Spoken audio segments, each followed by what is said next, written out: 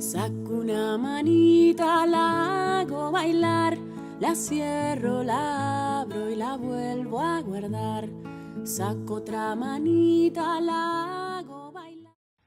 Saludos niños, yo soy Pepo el Aventurero y hoy quiero leerles un cuento porque sé que durante estas vacaciones ustedes viajarán mucho con su familia a través de todo Puerto Rico, así que disfruten este cuento.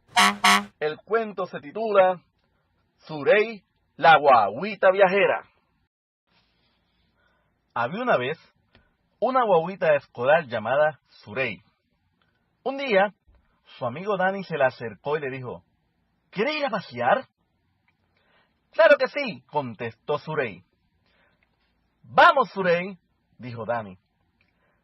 Surey y Dani se fueron a pasear por las calles, las montañas y los bosques de Puerto Rico.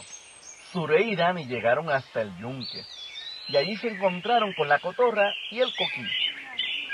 Ellos los saludaron y le dijeron: Hola, qué bueno que están conociendo a Puerto Rico. Ahora te llevaré a conocer el mar, dijo Dani.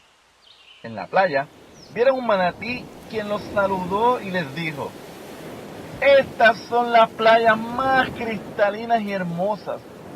¡Vuelvan pronto! Surey y Dani estaban muy contentos porque habían conocido hermosos lugares y distintos animales de Puerto Rico. Desde ese día viajan siempre juntos, enseñándole a todos los visitantes los encantos de su isla.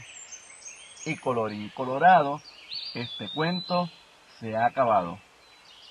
Muchas gracias y que disfruten sus vacaciones.